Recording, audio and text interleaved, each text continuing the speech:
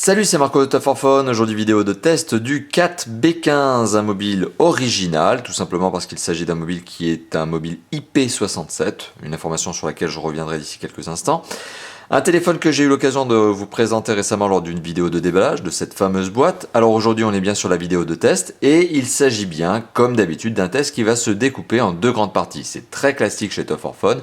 Une première partie qui va porter sur le matériel même, à savoir l'esthétique, l'écran, le son, les performances, la connectivité. Donc ça, c'est finalement la partie matérielle. Et une deuxième partie qui sera la partie logicielle, au cours de laquelle on parlera notamment du système d'exploitation, de la surcouche, s'il y en a une, on verra ce qu'il en est, et plus largement de l'usage que l'on peut avoir de ce téléphone. Matériel, logiciel, les deux parties classiques dans les vidéos de Top for Phone. Alors, juste avant de commencer cette vidéo de test, j'aimerais resituer un petit peu ce qu'est ce mobile sur ce marché. Il s'agit d'un téléphone qui est un mobile endurci, résistant. C'est un mobile qui répond notamment à la norme IP67, on va le voir tout au long de cette vidéo. C'est un téléphone qui est fait pour résister. Je viens de l'indiquer il y a quelques instants, c'est un téléphone donc qui est résistant à l'eau, résistant aux chutes, résistant à la poussière, résistant à la rayure, etc., etc. Donc c'est un mobile qui est fait pour endurer. C'est un mobile destiné à être résistant. J'insiste véritablement sur ce terme puisque c'est ce qui caractérise au mieux ce téléphone. Ce téléphone, c'est aussi un smartphone. Vous le voyez, il a un écran tactile, c'est un écran capacitif. Alors, c'est un téléphone qui vaut en février 2014 moins de 350 € sur le web. 350 €, c'est clairement un petit budget. On n'est donc pas sur un mobile low cost, on est sur un mobile qui fait payer son exception, à savoir donc cette fameuse résistance IP67. Cette fameuse norme IP67. Alors, première partie de la première partie, on va tout simplement regarder ce à quoi ressemble ce mobile, et puis plus largement aussi sa prise en main, son poids, etc., c'est-à-dire sa facilité d'utilisation au niveau ergonomie. Alors, sur sa face avant, on retrouve un écran de 4 pouces. En dessous de l'écran de 4 pouces, on retrouve ici 3 touches sensitives, une touche menu contextuel qui permet notamment de gérer les applications. Voilà, une touche accueil ici, une touche retour à droite. Sur le haut de l'écran, on retrouve, et là je jongle un petit peu avec les reflets, pardon, on retrouve le marquage CAT, Caterpillar, vous vous en rendez bien compte, c'est la fameuse marque Caterpillar qui est opérée ici sous licence de marque par la marque Bullet Mobile. On retrouve également l'écouteur ici et puis une caméra frontale qui vous permettra notamment de faire de la visio mais aussi des selfies, c'est tellement à la mode. Sachant aussi que ce téléphone est doté d'un capteur de luminosité naturellement. Alors naturellement je dirais tout simplement parce qu'on le voit ici, on peut passer en automatique la luminosité. Auquel cas la luminosité d'écran va se régler en fonction de la luminosité ambiante. Et comme j'ai deux parapluies photo avec une bonne grosse lumière, l'écran devient sombre. Alors je vais tout simplement pour les besoins de cette vidéo mettre la luminosité au maximum. Voilà, donc ça c'est pour sa face avant. Sur le dessus du mobile on retrouve ici un bouton on-off. Power tout simplement, de couleur jaune, ce qui a le mérite au moins de lui permettre de bien se différencier du reste du téléphone. Alors petite particularité, il est complètement enfoncé dans le mobile, ce qui veut dire qu'il n'est pas exposé notamment à la prise, c'est-à-dire que vous ne pourrez pas le tordre, l'arracher. Alors on retrouve à côté une entrée micro jack, une entrée jack 3.5, voilà, qui est camouflée par cette trappe en caoutchouc qui vient se placer dessus, ce qui permet au téléphone notamment de rester étanche. Voilà, l'objectif ici, c'est d'éviter que l'eau ne s'infiltre à l'intérieur justement du téléphone par le biais du jack 3.5 qui aurait pu être exposé. Sur le côté droit du mobile, on retrouve ici une plaque en aluminium qui est vissée par 3 vis, 3 boutons physiques, un bouton raccourci appareil photo ici, un bouton contrôle de volume plus ici, un bouton de contrôle de volume moins ici. Voilà. Sous le dessous du mobile côté inférieur, absolument rien du tout. Sur le côté gauche, on retrouve 3 vis encore qui tout simplement permettent de tenir cette plaque en aluminium. Et on retrouve également l'entrée micro ici USB. Donc c'est l'entrée micro USB qui elle aussi est protégée par tout simplement cette trappe. Voilà, cette petite trappe en caoutchouc que l'on vient placer bien dessus pour éviter que forcément l'eau ne s'infiltre aussi par ce port. À l'arrière du mobile, on retrouve le capteur photo, un 5 mégapixels totalement dépourvu de flash LED, mais qui présente la particularité d'être doté d'un autofocus. On retrouve le haut-parleur, encore une fois de plus un marquage 4 pour montrer que vous êtes bien fier de la marque Caterpillar.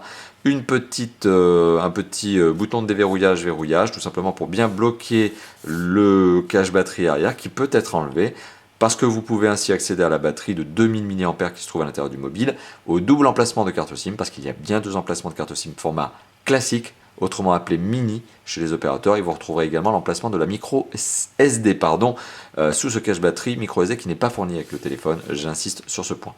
Voilà, donc ça c'était pour le petit tour du propriétaire. Alors côté dimension, on est sur un téléphone qui se prend plutôt bien en main, donc on est sur des dimensions qui restent raisonnables, à une exception près, il est plutôt épais. Ce mobile fait 1,4 cm d'épaisseur. Alors si je dois vous donner les dimensions, je reprends ma petite fiche pour être très factuel et éviter de vous dire des bêtises. On est donc sur un mobile qui fait 1,5 cm d'ailleurs pour être précis en épaisseur, un téléphone qui fait 12,5 cm de long et qui fait 6,9 cm de large. On est sur un mobile qui pèse un petit peu son poids quand même, 170 grammes, c'est un mobile qui est clairement plus lourd que la catégorie dans laquelle il se trouve. Alors je parle de la catégorie non pas des mobiles endurcis, pour le coup il est dans la bonne moyenne des poids de cette catégorie, mais plutôt dans la moyenne haute, ou plus élevée d'ailleurs, que les téléphones 4 pouces dits standard, basiques, voilà, ou autrement appelés low cost, etc. Bon. Donc on est clairement sur un mobile qui est lourd, tout simplement parce qu'il est endurci, vous le voyez, il est résistant. On se retrouve ici avec des blocs plastiques caoutchoutés sur le haut et sur le dessous. On se retrouve avec des plaques en aluminium sur le côté. La vitre avant, petite particularité supplémentaire, est une Corning Gorilla, donc qui est là pour vous permettre de résister à la rayure. Alors la rayure, elle rayera forcément, si vous prenez un clou et que vous tapez pour essayer de rayer l'écran, vous y arriverez. Enfin, etc. Vous arriverez nécessairement à rayer cet écran un jour ou l'autre. Mais quoi qu'il en soit, cet écran qui est un Corning Gorilla permettra d'éviter un maximum de rayures, de repousser l'échéance à partir de laquelle vous allez commencer à avoir des abrasions sur l'écran. Voilà. Donc ça, c'était pour les normes de fabrication. Alors c'est un téléphone qui est très bien fini. Moi, je le trouve plutôt beau. Encore une fois de plus dans sa catégorie, c'est-à-dire que dans l'absolu, eh bien il fait solide, premièrement, mais parce qu'il l'est, donc il fait mastoc, ça aussi c'est lié à son épaisseur. C'est un téléphone qui fait robuste, on l'a en main, et bien clairement on sait qu'il va résister, c'est sa particularité. Autre particularité, donc forcément moi je le trouve plutôt beau, dans sa catégorie, j'insiste bien là-dessus, notamment en raison de ces plaques en aluminium qui sont sur le côté, je trouve que ça rajoute un petit côté sympa, et puis il a une forme qui est pas trop carrée, pas trop rectangulaire, on voit qu'il y a une petite recherche de style, notamment avec des coins qui sont en biseau, bon voilà, c'est mignonné, c'est bien fait, le design est plutôt agréable, comme quoi on peut faire des téléphones résistants et solides, mais pas forcément des téléphones moches. Voilà. Alors la flexion du téléphone, forcément vous vous en doutez, c'est un téléphone qui est résistant, donc impossible de lui donner de la flexion. Au pire, vous arriverez peut-être à donner 1 mm de petit enfoncement et encore un demi millimètre d'enfoncement à l'arrière du téléphone jusqu'à ce que vous impactiez la batterie qui se trouve juste derrière, mais le téléphone en lui-même, il est rigide, il ne tord pas. Et la dalle qui est une Corning Gorilla, forcément c'est pareil, elle ne s'enfonce pas, c'est-à-dire que vous avez beau appuyer, elle va pas impacter l'écran qui se trouve derrière. Voilà. Donc rigide au niveau de la dalle, rigide au niveau du téléphone. Que des bons points. Alors ce téléphone est un téléphone qui est, comme je vous l'ai indiqué, normé IP67. Ce qui veut dire quoi concrètement? Eh bien tout simplement que le B15 que vous voyez devant vos yeux est prévu pour résister 30 minutes sous l'eau à 1 mètre de profondeur. Bon, c'est-à-dire en gros, vous pouvez le jeter au fond d'une piscine, normalement il résistera. Donc il ne prendra pas l'eau, pour peu que vous ayez bien fermé les trappes, les 2 trappes que je vous ai montrées tout à l'heure, et que vous aviez bien bloqué le cache batterie arrière. Il est résistant également à la poussière, il est résistant aux chutes jusqu'à 1,8 m de hauteur sur un sol dur, et il est résistant également aux variations de température, puisqu'il est résistant aux températures de moins 20 degrés jusqu'à plus 55 degrés Celsius. Voilà, donc ça c'est toutes ces fameuses normes de résistance liées à cette fameuse IP67, cette fameuse certification IP67. Voilà. Alors, il est temps maintenant de passer au deuxième point de la partie esthétique, de la partie matérielle, donc à savoir après l'esthétique, la partie image et son. Pour le coup, je vais lancer une petite vidéo YouTube et je vais notamment vous parler des caractéristiques de l'écran. Pardon. Alors, notamment, je vais lancer une petite vidéo GoPro. On va lancer une petite vidéo GoPro Hero 3, cette fameuse vidéo que je vous ressors systématiquement dans les tests, ce qui nous permet d'avoir une échelle de référence qui soit toujours la même. Alors je vais essayer de taper correctement parce que là c'est pas gagné, je suis un petit peu manche. Voilà, je vais y arriver. GoPro, voilà, en prenant un petit peu de temps avec mes gros doigts boudinés, on y arrive. Voilà, GoPro Hero 3. Donc un écran de 4 pouces, je le rappelle. Hop. Ah, alors, j'ai une petite bêtise là. Comme quoi j'appuie n'importe où. Voilà. Alors l'écran est un écran de 4 pouces, un écran de 4 pouces donc qui est doté d'une résolution que je vais vous donner d'ici quelques petites secondes, le temps pour moi de revérifier sur ma fiche. Donc c'est une résolution WVGA 800 pixels par 480 pixels, donc c'est un 480p. Alors 4 pouces en 480p, eh bien qu'est-ce que ça nous donne? Ça nous donne une densité de 233 ppp. Alors c'est pas mal dans l'absolu pour un écran de cette catégorie, surtout qu'il est relativement lumineux. Bon là pour le coup j'ai mis la luminosité à fond, et que d'un autre côté il est doté d'un bon contraste, de bonne gestion de couleur. D'un autre côté après, si vous forcez un mode macro sur un écran de ce type là, comme je suis en train de le faire, forcément au bout d'un moment vous allez voir les pixels. C'est ce que vous êtes en train de voir à l'image de la caméra. Mais pour le coup l'image est plutôt bonne. Autre particularité, je suis en train de vous faire écouter le son. Là je suis à moitié de puissance. Je vais mettre le son à fond. Voilà. Et je vais décoller le téléphone de la table. Donc je rappelle, le son est à fond. Eh bien je trouve, je l'avoue honnêtement, le son un peu faible sur ce haut-parleur. Je trouve que le son du haut-parleur est un peu faible. Alors là, ça a peut-être tendance à beugler à travers le micro de la caméra, donc vous avez peut-être l'impression justement que c'est suffisamment puissant. Mais non, au contraire, par rapport à certains concurrents, je trouve le son plutôt faiblard au niveau du haut-parleur. Non pas mauvais, mais plutôt faible. Ça, c'est la particularité. Donc, bon, bah voilà, en tout cas, c'est ma propre appréciation. Le son d'ailleurs, justement, eh bien, évoquons-le. Le son, il est véhiculé par 3 moyens sur ce téléphone. Il est forcément véhiculé par le haut-parleur dont je viens de vous parler, il est véhiculé par l'écouteur et il est véhiculé par le jack 3.5. Bon, bah sur ces 3 points, forcément, il n'y a pas grand-chose de négatif à dire. Il n'y a même rien de négatif à dire, si ce n'est que le haut-parleur, je vous l'ai indiqué il y a quelques instants, est peut-être un peu faible. Il manque peut-être un peu de puissance.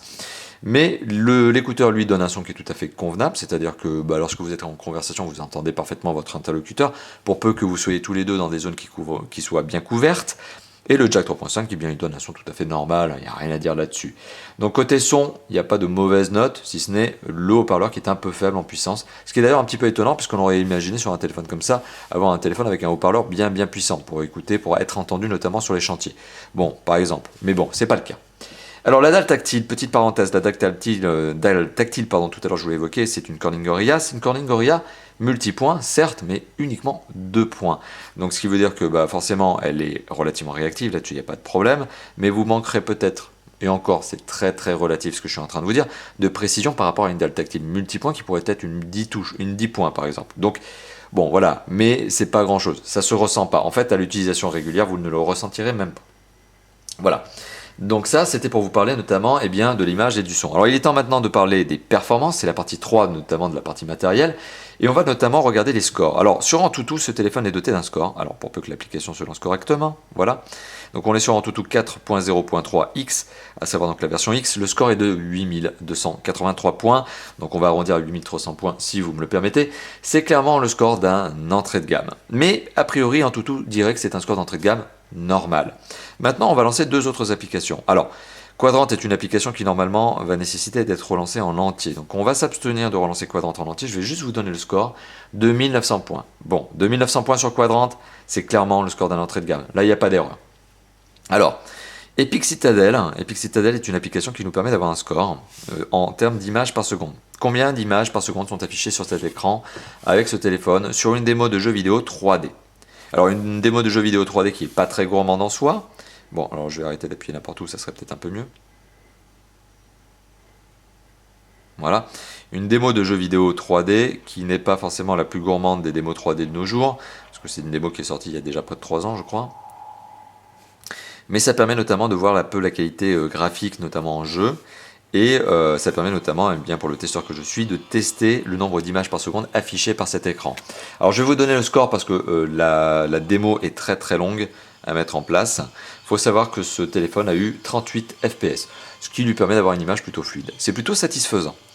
Mais c'est là le seul point que vous aurez de satisfaisant au niveau de 3D, au niveau de ce qui est la 3D sur ce téléphone. Puisque plus tard je vous parlerai donc de 3D Mark, qui est un test qui permet notamment eh bien, d'avoir un score sur les applications 3D, à savoir donc véritablement les jeux. Pardon. Donc vous l'entendez à la caméra, je suis un petit peu malade, je suis désolé, mais malgré tout, obligé de faire le test, forcément pour vous satisfaire. Voilà, donc on voit ici un petit test de FPS qui est en train de se passer, on voit aussi l'image du jeu vidéo. Bon, ça rend pas trop mal hein, quand même, on est graphiquement sur quelque chose qui tient en termes de qualité d'image, c'est bien là le point. Mais en termes de performance en jeu 3D, alors là il faut, je vous le rappelle, rappeler, donc indiquer que c'est une démo de jeu 3D qui n'est pas très gourmande de nos jours par rapport aux jeux que l'on peut avoir. Je parle en 2013 et 2014. On lancera Minion Rush tout à l'heure pour vous montrer que ça passe malgré tout, mais si on utilise l'application 3D Mark, eh bien on se rendra compte qu'avec 3D Mark, alors j'espère que le score a été gardé en mémoire, on va voir ça. L'application semble un petit peu longue à lancer. Bon, remarquez, je suis en train d'appuyer un peu n'importe où. Le score de 3D Mark, est-ce qu'on l'a encore? Est-ce que ça a été gardé? Oui, 374 points. 374 points, c'est le score de 3D Mark. 3D Mark est donc une application qui, elle, pour le coup, teste vraiment la capacité 3D du mobile. Et c'est pas beaucoup. Faut vraiment dire ça comme ça. C'est moins de 400 points. Eh bien, c'est clairement l'indicateur du fait, ça, enfin, en tout cas, ça confirme bien que ce téléphone est incapable de faire tourner des gros jeux 3D. Donc, n'espérez pas faire tourner des gros jeux 3D sur ce téléphone. Ça sera vraiment pas terrible. Mais pour le coup, des jeux en fausse 3D ou en 2D comme Minion Rush, eh ben, ça marche pas mal. Ça marche pas mal. Alors c'est peut-être un peu long à lancer, on va voir. Mais en tout cas, en termes de jeu, hein, eh bien ça se joue, quoi. Ça s'exploite. Là-dessus, il n'y a pas de problème. Voilà. Donc pour moi, le temps de laisser le jeu se lancer et de boire un tout petit peu. Alors vous allez peut-être entendre un petit glouglou, c'est tout simplement que je suis en train de boire. Voilà, comme quoi chez Top for Fun on fait les tests en live. Voilà, donc c'est bien le jeu Minion Rush. Hop, on y va.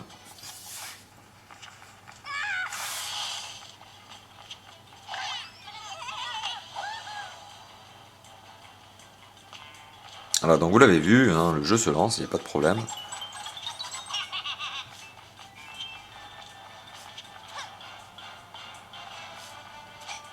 Voilà.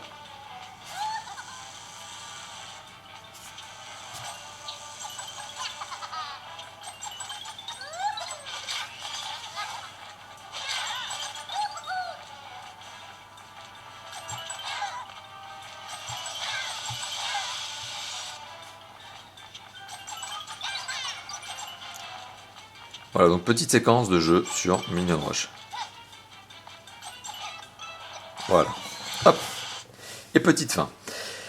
Donc ça, c'était pour vous montrer les aptitudes en jeu 2D, fausse 3D de ce téléphone. Mais n'espérez pas, par exemple, faire tourner un Dead Trigger 2, par exemple, ou un Modern Combat 4. Vous risqueriez d'avoir de mauvaises surprises, tout simplement parce que le processeur graphique et la mémoire de ce téléphone sont limités. Clairement, ce téléphone n'est pas une bête de course. D'un autre côté, c'est pas tout à fait ce qu'on lui demande non plus. C'est pas un téléphone qui est destiné aux jeux vidéo. Tout au plus, il est destiné à vous faire tourner des applications un peu gourmandes, comme par exemple Google Navigation, Google Maps plus largement. Donc des applications qui pourraient solliciter votre téléphone, dans une certaine mesure. Pour le reste, donc, comme je vous l'ai évoqué, on est sur un triptyque de composants qui est un petit peu en dessous de ce que l'on pourrait avoir en 2014, tout simplement parce qu'on est sur un processeur double cœur Mediatek de 1 GHz, on a 512 mégas de mémoire vive, donc de la RAM, et on a un processeur graphique, un GPU, un PowerVR SGX 531, qui est clairement daté aujourd'hui en 2014. Donc ce triptyque de composants fait que le téléphone effectivement n'est pas doté de performances ahurissantes. D'un autre côté, je le rappelle, comme je viens de l'évoquer il y a quelques instants, ça n'est pas son but, c'est pas un téléphone de course, c'est pas une bête de course, c'est pas un téléphone destiné à faire du jeu 3D, c'est un téléphone qui est destiné à faire tourner des applications gourmandes, certes, mais pas plus. Alors pour ce qui est de la mémoire de stockage interne, il faut savoir que ce téléphone revendique une mémoire de stockage interne de 4 gigaoctets. Alors sachant que sur les 4 gigaoctets de base, il faut savoir qu'en fait au final vous n'en aurez plus que 2,5 d'exploitables. Le reste est squatté tout simplement par le système d'exploitation et les différentes applications de base qui pourraient être installées dans ce téléphone. Donc je l'évoque, 4 Go sur lesquels au final on n'a que 2,5 Go de réellement exploitable au premier démarrage du téléphone. Alors bonne note, on peut ajouter une micro SD, heureusement, micro SD qui permettra d'ajouter jusqu'à 32 Go de mémoire supplémentaire. Voilà du côté de la ROM. Alors du côté de la connectivité, c'est le quatrième point notamment de cette partie matérielle. Et bien dans la connectivité, on est forcément sur un téléphone qui n'est pas doté de la 4G, il ne faut pas lui demander ça, ni de la NFC. Voilà, donc on est sur un téléphone par contre qui est bien doté dans l'absolu. C'est-à-dire qu'il s'agit d'un téléphone qui est clairement un quadriband GSM. Vous pouvez l'amener avec vous partout dans le monde, il se connecte aux réseaux locaux. D'un autre côté, c'est un téléphone qui est doté d'une connexion Internet mobile 3G, plus précisément HSPA. Alors c'est de la début de 3G, c'est de la 3G sympathique, mais c'est du début de 3G, ça marche suffisamment bien, mais on est loin de la 3G++, ou même de la 4G bien sûr. Mais on est sur de la 3G qui est largement suffisante. Pour le reste, on est sur une connexion Wi-Fi BGN, on est sur du Bluetooth 3.0. À noter d'ailleurs que le téléphone est hotspot. Il est doté de la fonction GPS, donc c'est à savoir qu'il a une puce GPS à laquelle se couple la fonction AGPS. À savoir donc que vous pouvez tout simplement vous raccorder, enfin en tout cas pas vous raccorder, certes si vous raccordez pour le téléphone, mais en tout cas vous servir de l'antenne cellulaire sur laquelle votre téléphone est calqué pour le réseau cellulaire GSM et des bornes Wi-Fi pour accroître la précision de localisation. Voilà. Donc il est bien GPS, mais il utilise aussi le Wi-Fi et le réseau mobile pour accroître sa précision, comme je suis en train de vous le montrer à l'instant. De l'autre côté, c'est un téléphone qui est micro USB 2.0, comme je vous l'ai montré tout à l'heure. Le micro USB se trouve sur le côté gauche du téléphone, caché par une trappe. Il est micro SD, comme je vous l'ai évoqué il y a quelques instants, avec une 32 Go maximum. Et puis, c'est un téléphone qui est un téléphone double SIM. Alors, c'est un téléphone double SIM. Pour le coup, je ne pourrais pas rentrer trop en avant dans la fonction double SIM, parce que je n'ai pas de carte SIM pour l'occasion dans ce test. Mais je vous rassure, effectivement, c'est une gestion double SIM tout à fait classique, à savoir donc c'est la fonction de base d'Android qui permet notamment d'affecter un nom différent par carte SIM, un code couleur différent par carte SIM et des droits par carte SIM, à savoir que vous allez pouvoir par exemple décider que la carte SIM numéro 1 est celle qui émettra systématiquement les appels, par exemple. Autre particularité, il s'agit d'un dual SIM standby, à savoir donc que vous n'aurez pas la capacité de recevoir deux coups de téléphone différents sur chacune des cartes SIM. C'est-à-dire que oui, vous avez la fonction double appel sur une carte SIM, mais vous ne pouvez pas recevoir un coup de téléphone sur la carte SIM 1 et un autre sur la carte SIM 2 en même temps. L'un des deux appels va nécessairement passer sur le répondeur. Donc c'est ce que l'on appelle un dual SIM, double SIM standby. Voilà, donc ça c'est pour la petite particularité au niveau de ce fameux dual SIM. Alors, quand je parle de connectivité, il y a quand même un point qui est relativement intéressant, c'est le DAS. Alors vous savez, je suis assez pointilleux sur ce sujet-là, même si aujourd'hui on n'a pas suffisamment de recul pour dire que le débit d'absorption spécifique, donc le DAS, c'est son acronyme, est dangereux pour la santé. Les autorités européennes notamment ont mis en place un système de valorisation de ce fameux DAS, donc de la capacité qu'a un téléphone à émettre des ondes, et les téléphones qui ont un score de plus de 2 watts par kilo ne peuvent pas être commercialisés en Europe. Donc ça ne veut pas dire comme ça grand-chose, 2 watts par kilo, ça ne veut pas exprimer grand-chose. Sachez qu'en 2013-2014, on a allègrement des téléphones qui dépassent facilement les 1 watt par kilo. D'ailleurs, c'est ma propre barrière psychologique. Aujourd'hui, dès qu'un téléphone dépasse les 1 watt par kilo, je trouve qu'il est absolument inapproprié au marché européen. Et bien, bonne note, ce téléphone a un DAS de 0,9 watts par kilo. Alors certes, on est loin des bons élèves du marché. D'un autre côté, on est sur un téléphone qui n'est pas destiné à avoir un bon DAS, on est sur un téléphone qui est destiné à avoir une bonne accroche réseau. Donc pour le coup, forcément, qui dit accroche réseau performante, forte, c'est-à-dire que le téléphone en balance plein pour accrocher le réseau, dit forcément DAS élevé. C'est la contrepartie d'un téléphone qui accroche bien le réseau, ou en tout cas qui cherche à toujours accrocher bien le réseau. Donc voilà, on est sur un DAS de 0,9, mais qui reste largement, qui reste en tout cas en dessous de ma propre barrière psychologique des 1 watt par kilo. Alors, pardon, tout ça c'était pour vous parler du matériel. Donc il est temps maintenant de parler du logiciel. Et vous allez voir, on va pouvoir aller relativement rapidement sur cet aspect-là, tout simplement parce qu'on est sur un système d'exploitation qui est ultra connu, sur lequel je ne vais pas m'apesantir énormément. On est sur un système d'exploitation qui est un Android 4.1.2, qui est un Jelly Bean, comme vous êtes en train de le voir. Et un Jelly Bean, voilà, hop, sur lequel je lance la petite phase widget rigolote, petit jeu qui n'en est pas vraiment un, mais voilà, c'est effectivement un Android 4.1.2 Jelly Bean. Alors cet Android 4.1.2 Jelly Bean, il est à peine retravaillé par Bullet Mobile, donc le fabricant, donc 4 ici, il est à peine retravaillé. C'est à savoir donc que l'on a un Android qui est stock. Si on enlève quelques fonds d'écran qui ont été légèrement retravaillés, on n'a pas grand chose, donc là vous voyez d'ailleurs ça c'est des fonds d'écran de base, et on a quelques fonds d'écran supplémentaires qui ont été rajoutés par 4, qui sont tout simplement des fonds d'écran de type métallique. Vous voyez des pièces, des outillages, etc. Bon, une plaque d'aluminium, etc., etc. Bon, alors mis à part ces fonds d'écran, toutes les icônes sont brutes de décoffrage, toutes les fonctionnalités du téléphone sont brutes de décoffrage. On remarquera simplement par exemple quelques applications qui sont des applications liées au monde 4, Caterpillar. Notamment, on a 4 Rental qui vous permet de louer du matériel 4. Bon, je ne sais pas si c'est très utile pour vous, mais sachez-le. Donc, vous avez le site, un raccourci qui vous permet d'accéder au site 4 Rental. Je ne suis pas certain qu'en Europe, ça soit extrêmement exploitable. On a aussi 4 Used qui vous permet d'accéder à un espace qui vous permet d'acheter du matériel d'occasion Caterpillar. Bon, là c'est exactement la même chose. Je suis pas sûr qu'en Europe ça soit extrêmement utile et je suis pas sûr que ça soit extrêmement utile pour vous. On a aussi cat.com qui est un raccourci vers le site Caterpillar, Cat. Voilà. Et on a eh bien, aussi une application qui s'appelle Cat Phones. Alors Cat Phones, c'est l'accès au site mobile de Cat Phones. Voilà ce que je suis en train de vous présenter. Et on a Part Store qui vous permet d'acheter des pièces détachées pour le matériel Cat, pas les mobiles, le matériel Cat en général, c'est-à-dire le tractopelle par exemple. Voilà, donc des raccourcis vers les applications Caterpillar, ou en tout cas vers les sites Caterpillar. C'est pas très utile en soi, ils sont là parce que j'imagine que Caterpillar a mis la pression sur Bullet Mobile au moment de la fabrication du mobile pour injecter ces fameuses applications, mais dans l'absolu, pour moi ça n'apporte pas grand-chose. Voilà, sinon sur le reste on est sur les applications de base. Alors qui veut dire application de base dit forcément fonction téléphonique de base. Donc pour le coup on a bien accès au service téléphonique de base, on a forcément accès à un journal des appels, donc pour le coup qui est vide puisque j'ai réinitialisé le téléphone, et à un répertoire voilà, qui vous permet d'ajouter vos contacts et de gérer vos contacts. Très bien. On a aussi forcément accès aux SMS sur lesquels on va pouvoir taper un SMS très facilement. Voilà, rien de très transcendant. On a forcément, hop, j'allais vous évoquer quelque chose, mais je crois que je vais avoir du mal à vous le montrer. J'aurais voulu vous montrer un accéléromètre, mais de mémoire, il n'y en a pas sur ce mobile. Vous voyez, heureusement que j'ai bien fait de remettre ma petite fiche devant mes yeux. On a forcément une boîte email, alors pour le coup, on n'est pas configuré, mais on a bien un accès email. On a bien accès à Internet, tout simplement, version mobile. Hop, voilà, sur lequel je vais aller sur, hop, Top for Phone, si je suis pas trop manche, au niveau de la saisie. Voilà. Petite recherche donc sur Top for Phone, petit accès au site. Voilà, Top for Phone. Donc voilà, ça pulse plutôt vite. Pour peu qu'on soit en Wi-Fi, notamment sur une box qui tourne pas trop mal. Voilà, donc on accède bien au site Top for Phone, c'est pas un problème. On peut zoomer, dézoomer, ça c'est lié au capacitif multipoint et on peut bien évidemment naviguer dans un site, pas de problème. Voilà, donc rien de très transcendant en soi, parce que ce sont les fonctions que l'on attend d'un smartphone, des fonctions classique, habituel.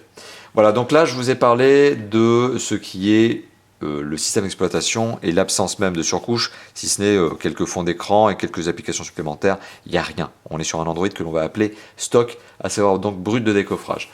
L'usage du mobile. Alors l'usage du mobile, on va parler tout simplement de l'usage du mobile. Alors, ce téléphone, à qui se destine-t-il et qu'est-ce que l'on peut en faire? Alors, c'est un téléphone qui sert à téléphoner, qui sert à envoyer des SMS, des emails, qui sert à prendre des photos forcément, et ça je vais vous le montrer d'ici quelques instants, qui sert aussi à se repérer, parce que vous avez une fonction tout simplement GPS. Alors pour peu qu'en l'intérieur on arrive à s'en sortir, là je suis pas sûr, si, est-ce qu'on va y arriver? Ouais, on y arrive pas trop mal, c'est pas trop mal, bah, c'est un bon point. Voilà, donc ça c'est la fonction GPS qui aide bien. Et donc, au sujet du capteur photo, eh bien, je vais vous montrer. Donc, on a le raccourci appareil photo, je le rappelle ici.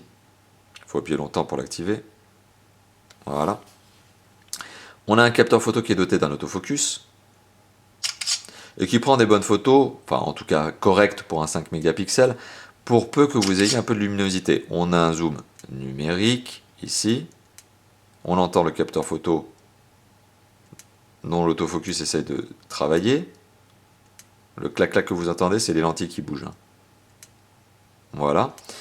On est aussi sur les paramètres de réglage de base de n'importe quel capteur photo Android. Il n'y a rien de très transcendant.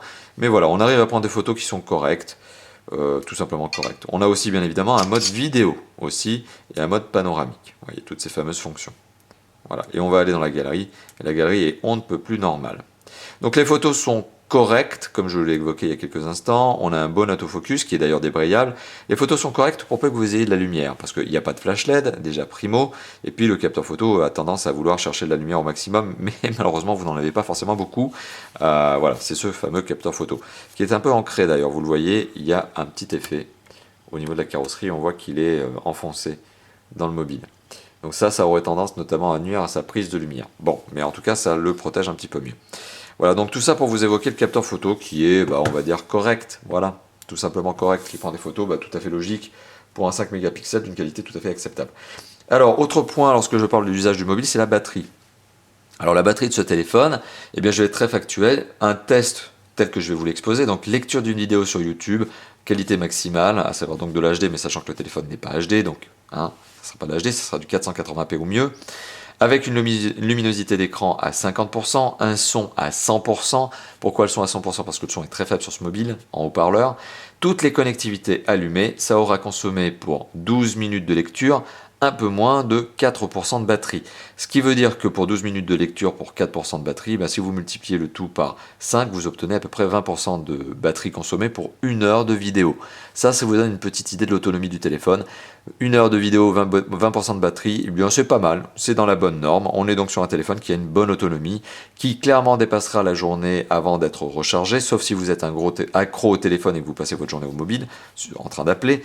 Mais dans la théorie, en usage, on va dire normal, on est sur... Pardon, là je me rends compte que j'avais postillonné sur la table, c'est très agréable, c'est très élégant pour vous, désolé. On est donc sur un téléphone qui est tout simplement doté, postillonné ou je sais pas quoi, enfin bon, un téléphone qui est donc doté d'une bonne autonomie, voilà. Tout simplement. Alors voilà, conclusion de cette vidéo. Qu'est-ce que je peux vous dire de cette vidéo? Est-ce que je pense que le téléphone, qui est donc le 4B15, est un bon mobile? Est-ce que je pense au contraire que c'est un mauvais mobile? Qu'est-ce que je vous recommande au sujet de ce téléphone? Faut-il l'acheter? Alors soyons clairs, ce 4B15 est un mobile qui est un mobile à part. Il est un mobile, c'est un mobile qui est un mobile résistant. Donc il est vraiment dans cette catégorie des téléphones qui sont destinés à être utilisés notamment en conditions extrêmes, sur un chantier, lors de randonnées. Bon, c'est un téléphone à part. Lorsque vous achetez ce téléphone, vous achetez avant tout un téléphone qui résiste, qui est IP67. C'est sa principale particularité. Pour le reste, effectivement, en performance, il était en retrait par rapport à ce que propose la concurrence à ce niveau de prix, mais la concurrence, elle n'est pas normée IP67. En tout cas, pas à ce niveau de prix. On est sur un téléphone qui présente bien, qui a un bon look, qui a une très bonne connectivité, qui est double SIM, je le rappelle, qui est Wi-Fi, Bluetooth, qui est web mobile HSPA, donc 3G. Bon, grosso modo, en termes de connectivité, on est sur quelque chose qui est satisfaisant, même très satisfaisant. Alors, il a son prix, ce téléphone, je le rappelle, 350 €. 350 € dans l'absolu, oui, j'estime que c'est cher. Mais est-ce que c'est cher pour un mobile de cette catégorie? Pas vraiment. En fait, il faut dire que pour les téléphones de cette catégorie aussi résistants que ça, en modèle smartphone, on est sur un téléphone qui est dans le bon prix. Donc finalement, c'est un téléphone qui présente bien, qui est doté d'une marque qui est plutôt sympathique, plutôt prestigieuse, en tout cas dans le milieu notamment des professionnels du bâtiment par exemple. Donc on est sur quelque chose de sympathique. Voilà, on est sur un mobile qui est différenciant, bien construit, beau, solide, étanche, bonne connectivité, performance par contre en retrait, mais c'est bien là son défaut. Après pour l'écran, effectivement, c'est pas un écran HD, c'est pas un écran 5 pouces, mais d'un autre côté c'est un écran 4 pouces qui permet au téléphone d'être plus compact, en tout cas doté de dimensions plus raisonnables, et qui marche très bien. Voilà, donc il n'y a pas grand chose de négatif à dire là-dessus, au contraire. Donc voilà, est-ce que je vous recommande ce téléphone? Dans l'absolu, je vous recommande ce téléphone si vous êtes un professionnel, premièrement parce que j'imagine mal un particulier se satisfaire de ce genre de téléphone, parce que c'est absolument pas destiné au marché des particuliers, mais si vous êtes un professionnel et que vous recherchez un mobile résistant, forcément vous n'aurez pas beaucoup d'alternatives. Il n'y en a pas beaucoup sur le marché. Donc si vous êtes un professionnel qui cherche un mobile résistant, oui, ce mobile doit faire partie de votre liste de choix, et je dirais même oui, si vous recherchez un smartphone résistant, c'est même probablement le téléphone que vous devez mettre en premier dans votre liste de choix. Voilà, donc c'est un achat de raison, c'est un achat professionnel, c'est absolument pas un achat ludique, on est très très loin d'un mobile qui est destiné au marché des particuliers, mais c'est un téléphone qui marche très très bien dans l'absolu. Alors oui, il n'est pas capable de faire des jeux 3D, en tout cas pas des gros jeux 3D, mais est-ce que c'est vraiment ce qu'on lui demande? Non. Et donc au final, c'est un mobile qui est très très très raisonnable, en tout cas qui est très adapté à son marché, à son public. Voilà, un public de professionnels exigeants en mobile résistant. Voilà, merci d'avoir visionné cette vidéo de test, une vidéo de test donc du 4B15, 4 pour Caterpillar, un mobile qui est donc construit par la marque Bullitt Mobile, une marque anglaise, et qui utilise donc la licence de marque 4 Caterpillar. Voilà, merci d'avoir visionné cette vidéo. N'hésitez pas à la commenter sur la chaîne YouTube, c'est peut-être là d'ailleurs où vous êtes en train de la voir, ou alors vous êtes peut-être en train de la regarder tout simplement sur notre site top-fort-phone.fr. Donc n'hésitez pas à commenter la vidéo, n'hésitez pas à la partager, n'hésitez pas à la liker. Lâchez-vous, faites-nous plaisir, justement, dites-nous ce que vous pensez justement bien de ce mobile, de la vidéo en elle-même, de ma manière de vous présenter justement ce téléphone. N'hésitez pas également à nous rejoindre sur 3 autres endroits. Premièrement, le forum, dans lequel on retrouve notamment une section qui s'appelle Quel téléphone choisir. Donc si vous hésitez sur un téléphone, n'hésitez pas justement à passer sur cette fameuse section, à nous poser vos questions. On a des membres du forum, donc des contributeurs qui sont très réactifs, et encore une fois de plus, je tiens à les remercier. N'hésitez pas aussi à passer tout simplement sur notre Facebook et notre Twitter, puisque je me sers personnellement d'ailleurs de ces deux moyens. Je parle bien de moi, Étienne et Raphaël notamment se servent aussi de Facebook et Twitter, mais en tout cas je me sers moi-même de ces deux moyens pour vous donner le planning de test de l'équipe de Top 4 Fun. Voilà, donc n'hésitez pas tout simplement à passer aussi sur Facebook, Twitter, le forum, je l'évoque de nouveau, notre chaîne YouTube et notre site. Merci d'avoir visionné cette vidéo, n'hésitez pas à commenter, lâchez-vous, faites-nous plaisir, et je vous dis à bientôt pour d'autres tests. Allez, à bientôt, ciao ciao.